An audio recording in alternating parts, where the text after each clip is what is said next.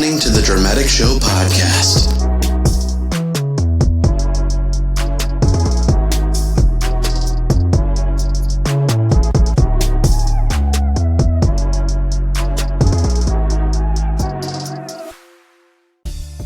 All right, welcome back to the Droematic Show podcast. J-Dub. What's poppin', buddy? Kianya. Hello.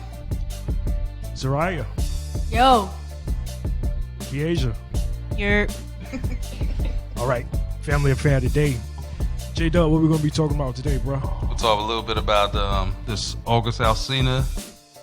Man, get back into the Boogaloo Boys, which I thought was one of the best interviews I've ever had with a person. And then we'll talk about these kids and their wig making business and why in the hell kids' haircut look like this microphone. Oh man, he put it. I have a hairline. Oh, Shark's got bangs. So yeah, man, this Alsina situation with Jada Pinkett, man, like how crazy is that?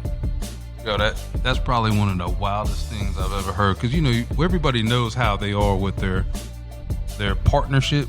Say not their marriage, but call it a partnership because I'm sure that's pure business related. And they may have an open marriage. But the way August sounds, like he's really hurt. You feel like he really hurt by the situation? Yeah. Think about he reached out to them or ran into them, and to Jada in particular, and got off some drug stuff, which is not hardcore drugs. It was Percocets or whatever, which is still tough, but Percocets. And then he falls in love with her somehow. Is it a psychological fall in love type thing, or did he really have a relationship? I mean, if it's true though, why wouldn't Will Smith like admit to it? Because you don't admit to anything. You know, your life is your life. Your lifestyle is your lifestyle. And if I was him, business-wise, I wouldn't say anything until I went to the red table. That's where you get the most pop bang for your buck, I should say, and you get more control of what's said and what comes back to you through the media. Right. How do you feel, man, like open marriage? Do you really think that's like really beneficial? Again, I'll ask again. Yes, Open please answer. marriage. How do you feel that would be beneficial? I plead the fifth. Kee-Kee, where he pleading the fifth at? You tell me what you think about an open marriage. Like, what do you think about that? She pleads the fifth. I actually don't plead the fifth. There you go. Talk to us. But, I mean, at this point, to each his own. You know, however anybody makes it work is however they make it work. If that's what they want to do, that's what they want to do. Who am I to judge? Would you put that in the same category as like a swingers couple? Absolutely. That's their lifestyle. That's what they... I mean, you talking about as far as the act? Like an open marriage, like them able to be with other people? Yeah. I think an open marriage is the individual being able to be with another individual without the partner. Swingers, I think they're able to do that, but their partner is involved in it somehow. Not all the time. Not all the time. No, not all the time. You remember I had to do an interview a year ago with somebody. I did a phone interview, and it was pretty eye-opening, I guess I should say. Is there are situations where the husband or the wife's not involved. There are situations where it's the husband, the wife, and another man, or a husband, wife, and multiple partners. There's just an agreement. And the way it was explained to me was the wife really controls the act and the socialization and how it works and the interaction. The wife? Yeah, that's how I was told by this particular couple. Now, I don't know if it's the same for every couple, but they are in an agreement with their open marriage. And some of them use the term lifestyle partner.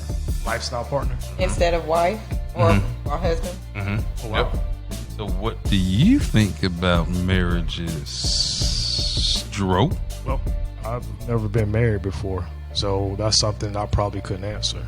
And I really don't plan on getting married anytime soon, as most of my followers know. So, you know. He gave 5 excuses. That's the 5th. So, this Mr. Alsina guy, how old is he? What was he? He was 24, I guess, when it happened. Or is he 24 now? I couldn't really tell you. 24. No, he was 24 during the addiction. And I'm sure Luke's looking it up right now. Well, I think he was 24. I think he's in his 30s. But Jada's... No, I don't think he's that. He's in the 20s. I think I want to say maybe 2 years ago, so 26 maybe. 26, yeah. And I think Jada's in her 40s. And why in the hell does Jada Mama look just like Jada? Or Jada look like Jamie? 21. Do you think that's got something to do with like the horoscope? I don't know what horoscope September 2nd is. So how did they actually meet? The 3rd. According to what I saw was August went to one of Jaden Smith and his sister's show in London, actually, and when he was approached by Jada, or somehow they ended up connecting and talking, and he ended up at the red table, and it had something to do with where he was going through an addiction and what they talked about during the addiction, and that she was going to help him. She actually made a phone call to him to plead with him to go get help. And how he explained it in the change was that if somebody loved you enough to see that you were hurting yourself, you should look back and love yourself enough to fix yourself. Okay. So it wasn't really like no underage thing or anything like that. Because when I saw a meme where Jada was actually holding him like in like the early... Like a baby? Yeah. Did you see it? I saw it. Yeah, so I was like, man, they wilding with the memes. Do y'all actually listen to his music? What's your favorite song? I know what my favorite song is. Yeah, don't be scared. What's your favorite Alcina song? I love this shit. That is my favorite song. Yes. I wrote that song. No, you did not. J-Dub, which one did you write? I love this shit. Tell them why. Because you love that shit. Because I like to take shit. Oh. Ghetto. That's actually the name of the song, Ghetto. Let me see. Actually has a song called Ghetto. Pretty ghetto. Is it? Not really. It's a love song. How the hell does a love song... There's a girl from the ghetto. Yeah, I guess. I mean, I saw Little Shop of Horrors and they didn't call them ghetto. It was like Skid Row. What's yours, Al? My favorite song is That Way by Lil Uzi. I'm sorry, say that one again. My favorite song is That Way by Lil Uzi. Lil Uzi. Oh, But we're talking Uzi. about... Uzi. I apologize for Zariah tonight, people. That damn vitamin fucked her up. Oh my goodness. My precious daughter. All right. Leave her alone. She drowned and came back. It came back as a different Leave time her zone. alone. Leave her She said, alone. "This my decade. I ain't never leaving." All right, we'll move on to Kanye West is actually going to run for president. God. Is this going to be serious or what? Is anything really serious with Kanye West? I mean, he made the life change over. He's like a pastor now. Like, I mean, do people really take him serious with that? Go ahead. I think it's serious. I think he's going to do it, in which, being that it's only 4 months away from November, it's a lot of states that aren't even letting him on the ballot or whatever. They're not going to let him on the ballot? It's a few states that aren't going to do it simply because it's too close to November. But They what actually have the legal right not to accept it. I don't know the whole legalization of all that stuff. If they don't, they better fucking make it right. Well, the point, I feel like what's going to happen is Trump's going to wind up staying in office, because with Biden, and if he actually runs, it's going to split the demographic votes. That's why I was telling John earlier. So Trump's going to stay in office if that happens, if he actually goes through with that. And I'm pretty sure Kanye probably wants Trump to stay in office. If Kanye was to actually have a real campaign and then start in the 2024 campaign season, do you think he really has a chance to at least get maybe, I don't know, I would say at least 1 million votes? Oh, I'm pretty sure he'll get 1 million votes. Do you think it's because of his lifestyle change, or you just think because of his celebrity? I think because of him being Kanye. What do you mean by that? Being a hip-hop artist, how popular he is. He's married to a Kardashian, which, you know, it plays a lot in And what Kim he does. K, she actually wants to be a lawyer now. Like, how serious is she about being that? I don't know much about the Kardashians, but from what I've been told, Asia watches, you know, the show or whatever, but they're actually very smart girls. They're very, very smart. Her real father was actually a lawyer, if I'm not mistaken. Is that right, Kej? Well, the juice, baby, the juice, world record holder, and the juice. What? Juice? What are you talking about, John? Didn't Kardashian daddy represent OJ? What? I don't know, man. But what do you think about Kanye running, though, man? He probably would have won if the juice was in this corner. If, like we were saying earlier, though, if Kanye does decide to run for like the black voters, how would that actually affect the Democratic Party? That would actually be pretty tough because, a lot of the Democratic Party, and probably, I'm not going to say a lot because there are a lot of African-American Republicans, and there's a majority of African-American Democrats that don't really follow hip-hop also. So it depends on what really is spoken and what's said, and right now in this campaign is really going to be about popularity because there's nobody really looking at what somebody's saying now. Now it's more Biden's too old, Trump's still in office, and you throw in a Kanye, and you look back at Biden. It wasn't that people didn't support Biden in a way that they thought he was going to change politics. They did it because he was Barack Obama's vice president. So it becomes popularity connection. So I guess if Kanye runs, who's going to be his vice president? I'll run. You'll run? Yeah, I'll go with him. Just so I can slip drugs in his pants pockets and get him impeached. But you know what? The thing about it is, if you look at Ronald Reagan, like he wasn't even into politics. He was actually, he was an actor or something like that, wasn't he? Ronald Reagan, yeah. Yep. Yeah, so I mean, it's like not really out there if Kanye can actually pull it off. I just think it's just kind of last minute within like 4 months. But I think if you had a full campaign, go ahead, Kee-Kee. I think it's all of. To be honest, I think it was all. It's all planned. This is something to. I mean, now at the point in time where we are, the way the world is now, with police brutality and everything going on, and a lot of the voters are going against Trump and the stuff that he's, tweeting on Twitter and the stuff that he says in his. So Kee-Kee, let me ask you this. Trump mentioned a couple of days ago, he said Black Lives Matter is a symbol of hate. What do you think about that? He's an idiot for saying that. That's my opinion. It irritates me, and I'm speaking for myself. I'm not speaking for anyone else. It irritates me as a person when they go and say that Black Lives Matter is evil, and they turn around and say that all lives matter. Well, to me, Black lives have to matter before all lives matter.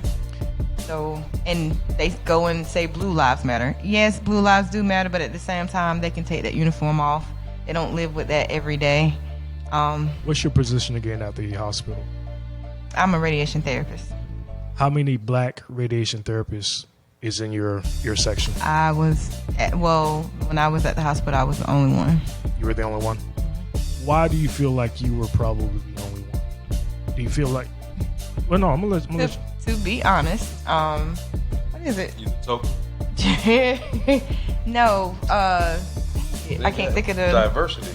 Well, yeah, diversity, basically. They had to hire somebody that was black. I mean, I'm not trying to say that, well... It's not because you were smart. I think it was because I was black. Just because you were black. Mm-hmm. What do you think that you guys can do more to get into more positions like that in the medical field as African American women? Like, what can be changed? Like, something that you could say, like, right now to a lot of African American women who didn't get a chance to get that position like you did. Like, what can change about that situation? Just keep being persistent. In this point in time, it's all about who you know, not what you know. You got to get yourself out there. I was very persistent in trying to get this job. I emailed HR almost every week. They knew who Keanya Waters was. But, I mean, if you hadn't done that, though, like... I mean, I probably wouldn't have even gotten a call back. College, how long did you go to school? I went to X-ray school for 2 years. I went to X-ray school for 2 years and therapy school for a year. For a year.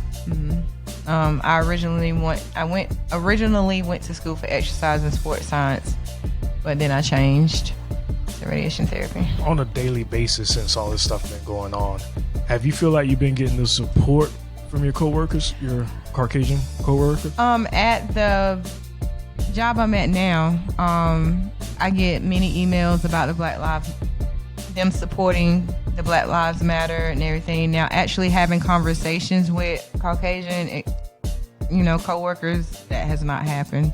But they hadn't acted any differently towards me. Have you had any situations where you, like right at work, where they just kind of say, you felt like some racial tension was going on? It's like, okay, because I'm black. At one point, I'll speak on it. Okay. I'll speak on it.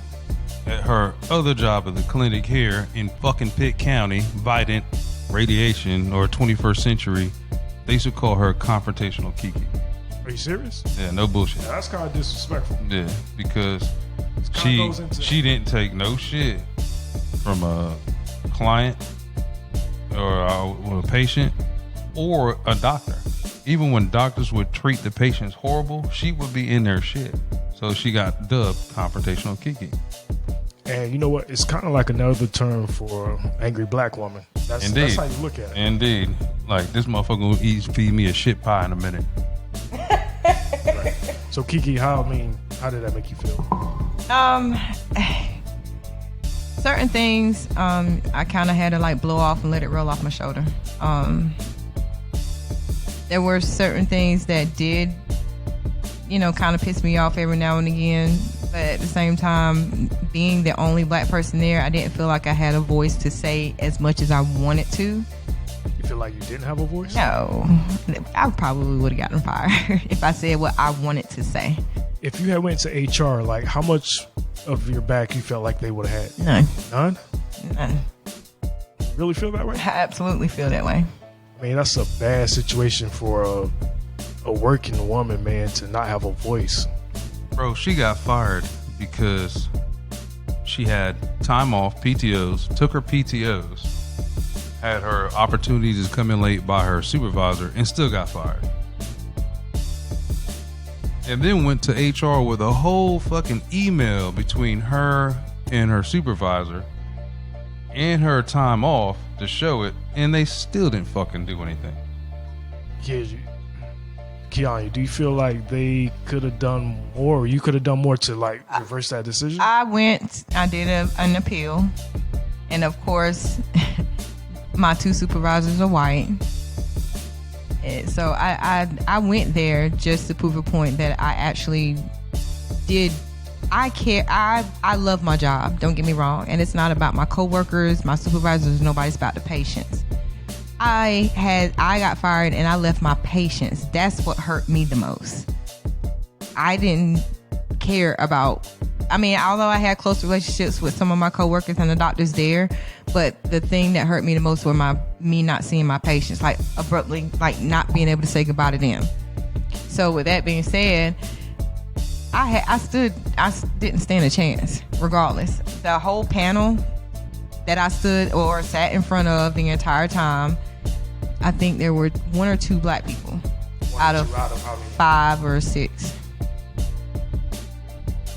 And all they had to say was, I mean, they said things that kind of took me by surprise. They were just like, well, I had complaints from other coworkers about you.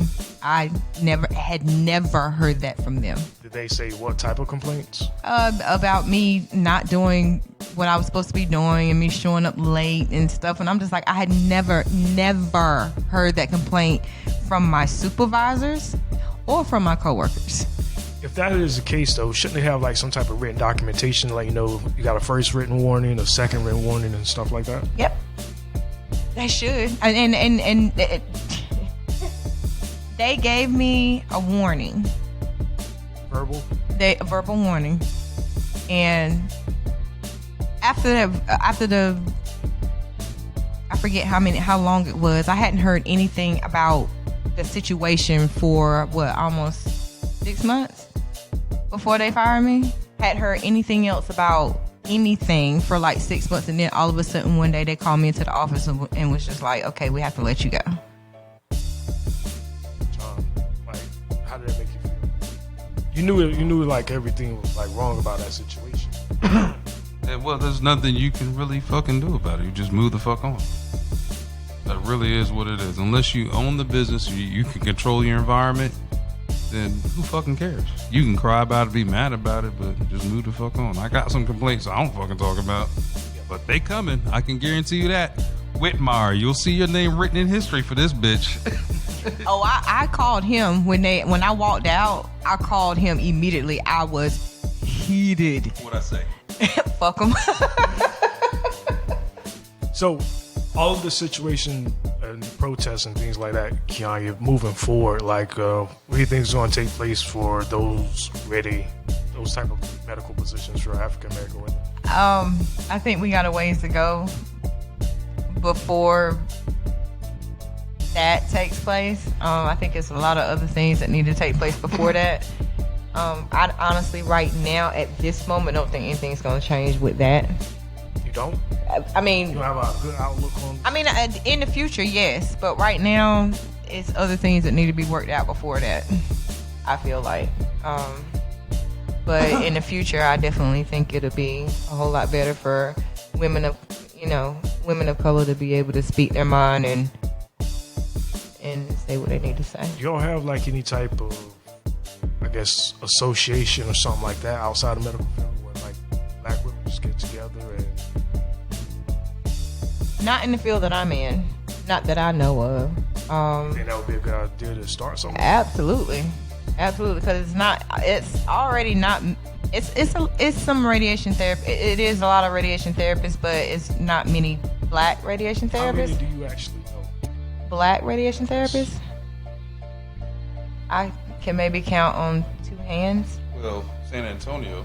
When we went to San Antonio, diverse group of people. It was a very diverse group of people. I think really it's truly more what happened here in Pitt County with the experience, because we went to a conference in San Antonio for Rad-On, what they call it, and the chair of the board, he's Asian, and you had another guy from another ethnic background, like really was truly diverse.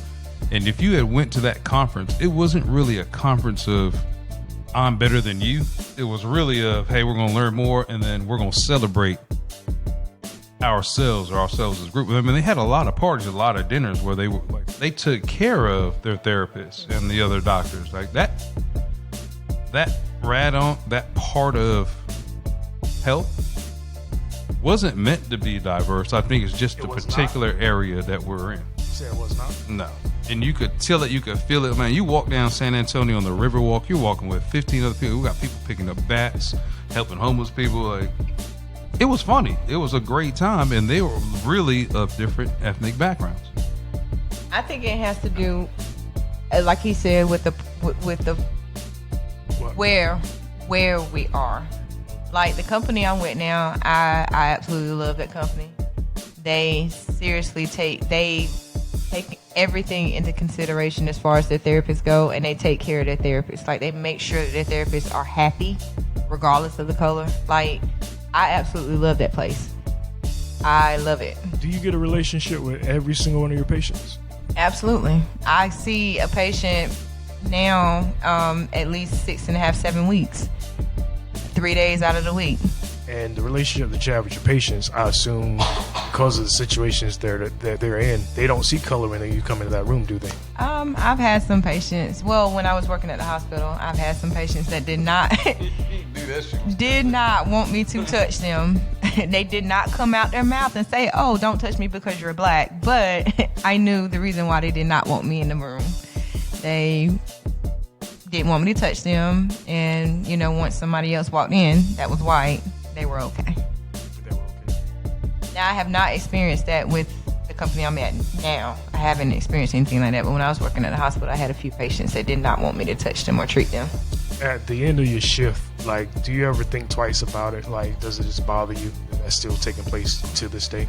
It bothers me, but at the same time, the patients that I get to treat and actually help that wants my help, it outweighs that. It really does. It makes it worth it. So, I mean, it is what it is. You're going to get some hateful people regardless. I mean, it doesn't matter. Here's what I truly believe, right, is I was talking to somebody about how the Native Americans are viewed, and they're just like our mission. You only got 2 people that are in politics that are of Native American descent, and one of them just made it recently. And their whole story is not about our past, because if you keep going back and trying to find the journey of where we're at now, it's not really about the past. They just want to talk about the future of where we're going next. It's not that they don't want to paint the picture again that's already been painted through history of that we fought off the English and the French, and we were fighting the settlers, and we're savages and shouldn't have been treated like savages because they took over our land. Their whole thing is, I'm here, I'm transparent, and my goals in my life and how I feel about my family, what I want, and my rights are more important than what I've been through, because they don't want to look back anymore. They want their stories to get moved forward. And I'm not saying that I'm speaking for the majority, I'm just speaking for the few people that I spoke to and that their views are. And if you look to our sides, there's our futures. And it's so funny, we're talking about how the past happened. None of them made a comment. Because does it matter to y'all how it went? Did it affect you in a way that it would change your mind and your look at society? It would affect me. How? I'm asking, what? How? Being treated because of your skin color. I've never been in that predicament. So this is not calling them labels, but they're younger teenagers that are becoming the future, and we keep looking back at the past, which ain't gonna fucking help shit. And we keep it like the Wizard of Oz was never built. It was a funny ass way that the story goes is that it wasn't built. The story wasn't, and the book wasn't written to look back at the past where Dorothy came from. It was follow the yellow brick road to your goal. And if your goal didn't work out, somehow it worked out because her goal was to have happiness. And even though she ran into the almighty powerful Oz and she didn't expect him to be who he was, she was still Dorothy as she went, and she got built as a bigger Dorothy. And we laid down all these roads and these tracks of where we came from, but we can't move forward from today, the day that we're talking about our past. We don't build our bridges for the future, which are them, because they don't care about that. They don't understand that. Why don't they care about it? Because it wasn't going to help them. Talking about the past and spending so much energy on the past rather than build the bridges to the future. Zerai, did you watch the George Floyd situation? You're familiar with that, right? I am. How do you feel about that when you saw it? I felt like really terrible, like how people treat us, and I just think it's really wrong. And like what we got to see just is how people like actually are and stuff. Your coaches for your gymnastics, have you felt like they treated you different because of your skin color? Have you ever experienced that with any of the sports, or is it just mostly around African Americans when it comes to those curricular? No, I don't think so. You've never seen it? I'm not sure, but I don't really think it has something to do with my skin color. Why do you say that? Because actually, maybe I think it did. It's like I do like really good in gymnastics, and like they didn't like put me in. Maybe because I was black and the other girl was white, but like I was like much better like at it than her. I felt like better than she was. I felt like I should have like been able to.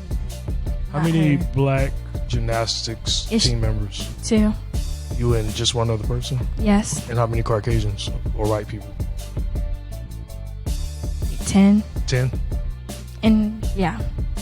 What about you, Kiesia? Have you ever had any type of situation where you felt like maybe because you was like a black girl, you got overlooked? I don't think so. Well, let me ask you this. The George Floyd situation, like, did it affect you in any type of way after you actually saw the video? Did you actually see the video? Yeah, I watched it, but it it just seems like it's a domino effect, really.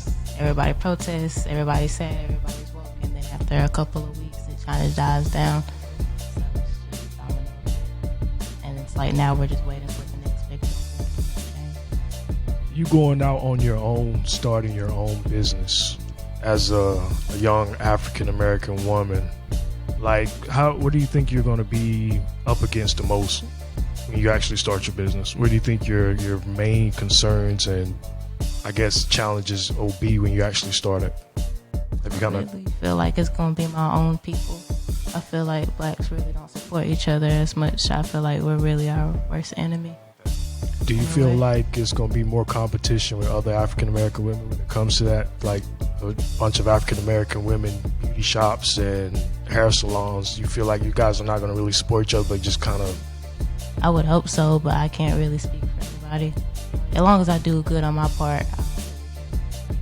That's crazy though, man. Like even at her age, like she knows that she's not going to get the support from other African American people to actually support the business, man. And like, how do y'all feel about segregation back in the 60s? Do you feel like life would actually be better right now if they actually didn't do segregation?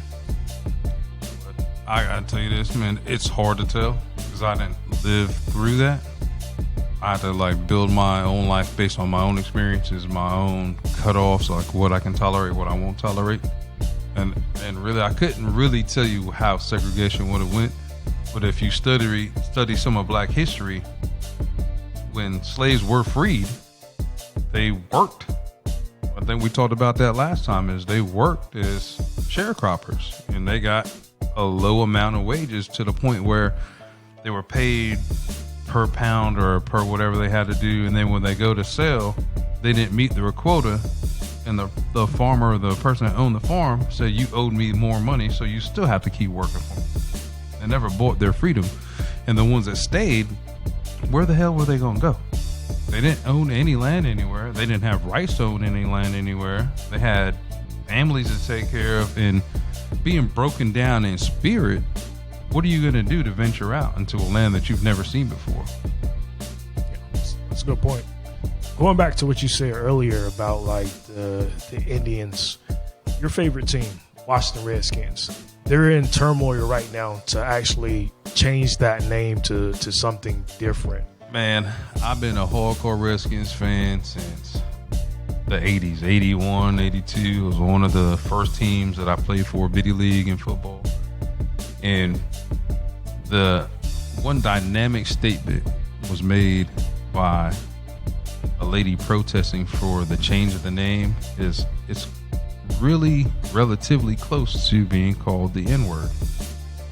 Yeah, 'cause if you look at it, like, what if it was something called like the Greenville Black Faces or something like that, and then you just got like a basketball team that just got like a real black face in it. Yeah, that was one of the terms also, the black face. That was a problem. So that's how I look at it. I was like, well, African Americans would be offended if they had something like that. So why not the Native Americans? And they're offended, but they had chiefs that spoke up for them, like tribal leaders that spoke up and said, we're honored that we're on this badge. But then again, there go you bridge your future to your past.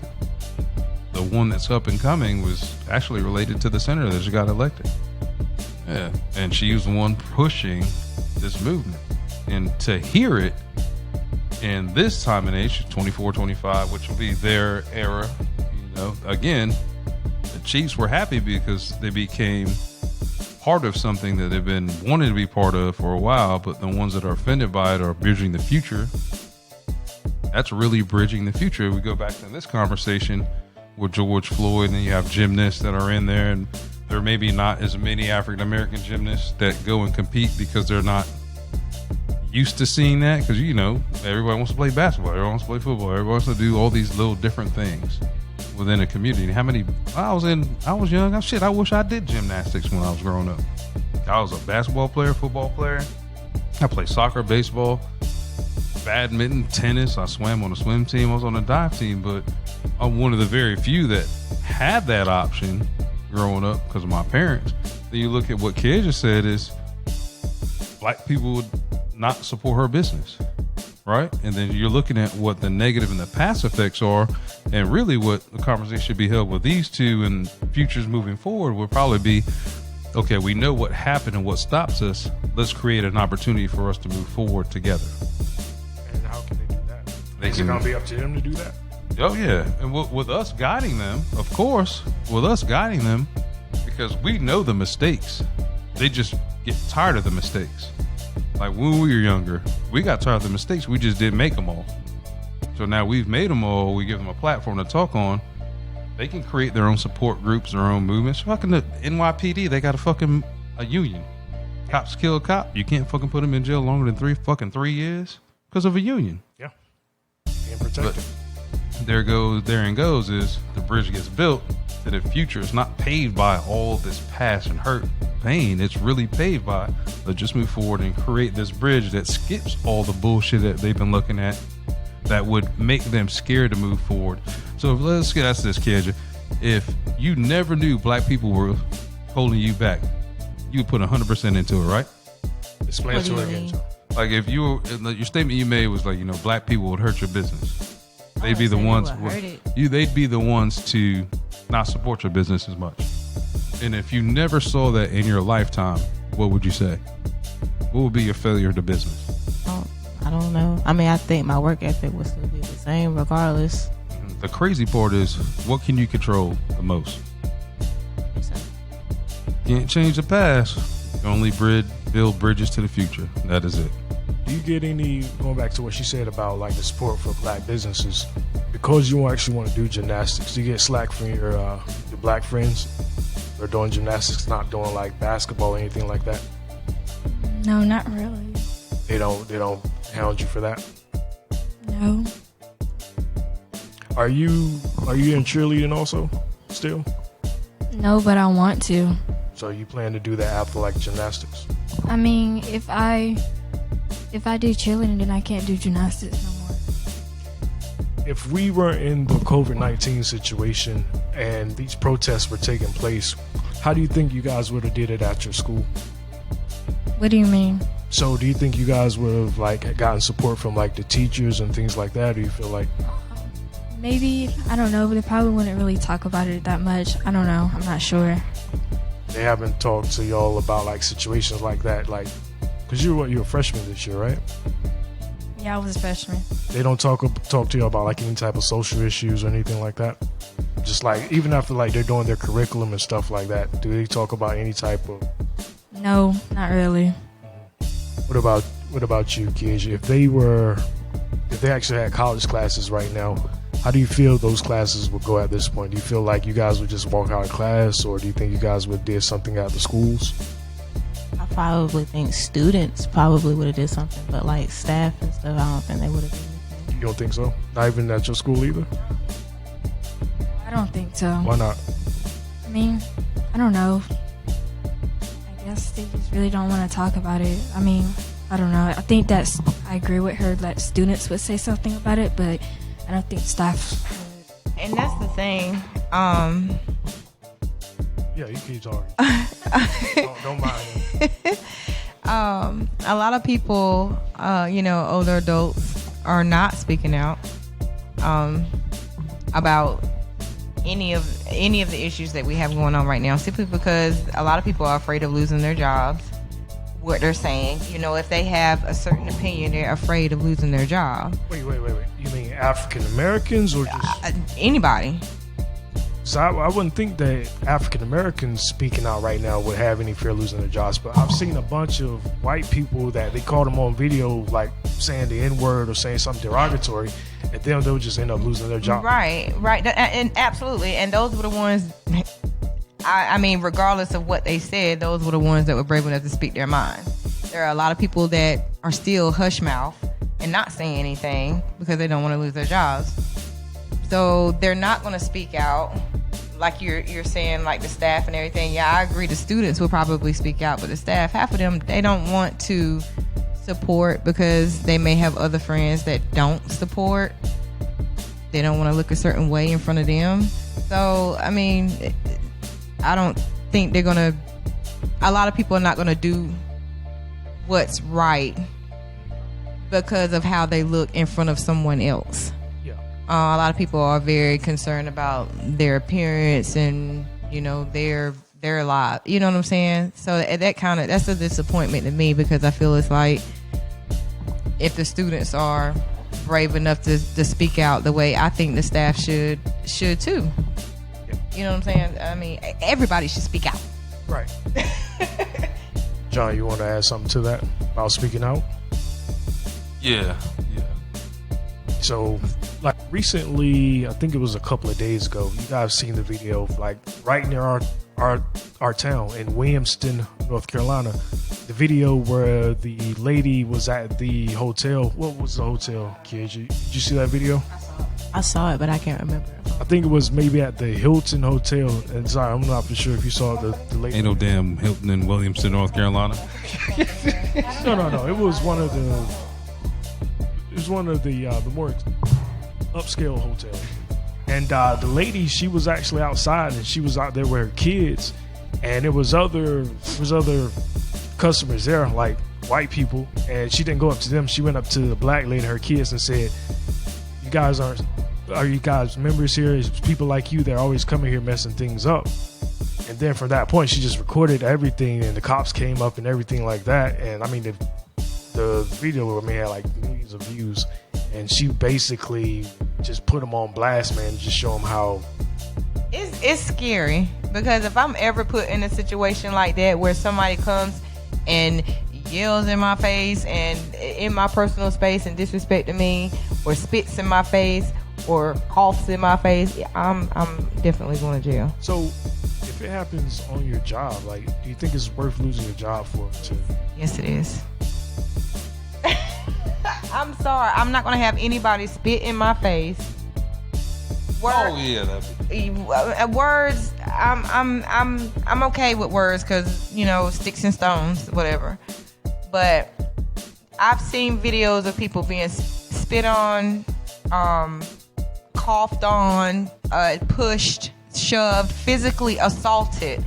I'm definitely not putting up with that. I mean, I don't know. I don't know what state of mind I would be in at that time, because I know that would be a lot of rage, simply because of everything that's going on right now, and some of the experiences that I've already experienced as a black woman. Wait.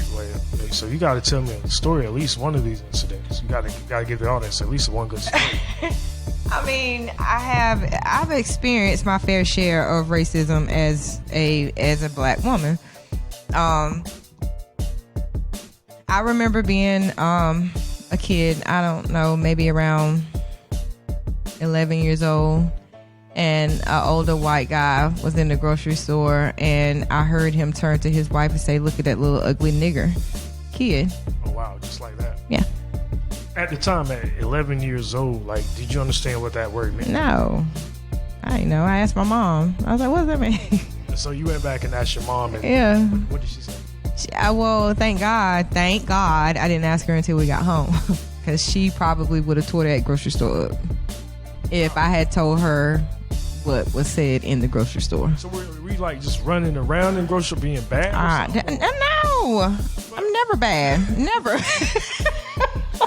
So, I honestly don't know what I was doing. I don't know if I was, you know, in the grocery store with your mom at the age of 11 years old. What is there to do? You know they in there forever. But, I mean, I just heard that comment, and, you know, I was like, first of all, wait, are they talking about me? I didn't see anybody else around. You know, like, dang, okay. You know. What about when you were, I guess, past like the age of 16, 17 years old? Anything at that point? Hadn't had really anything at that point. My next, I guess not as blatant, but you just kind of knew it was still something. Yeah. My next like racial encounter like that was when I was an adult, and that was actually when I was at the hospital, and the patient told me that he didn't want me to touch him. That was the very first one that did that. As an adult. So I guess you can kind of brush it off now because that's happened before. If another one comes right behind and say, "Hey, you know what?" Yeah, but at the same time, after so many, you get frustrated and you get. I mean, not saying that you need to get physical about it or anything like that. I'm not. And don't get me wrong. I won't get physical and actually like physically put my hands on anybody. It's just a point where I feel like it shouldn't get to that point. No one should feel like they are so above that person where they can do it, especially in the workplace. Keep going. I mean, that was it. I just don't. Lately, it seems to me like people have just gotten a lot more braver with how they say stuff, when they say stuff, what they say, and it's just ridiculous to me. Like, oh, where'd that come from? Like, all of a sudden, I'm pretty sure you wouldn't have said this a few years ago. Now it's like all of a sudden everybody's just putting all their niggerish stuff out, saying this and saying that and doing this, and I don't know. It's always been around though. Like Will Smith said, racism has always been around. It's just being videoed. Yeah.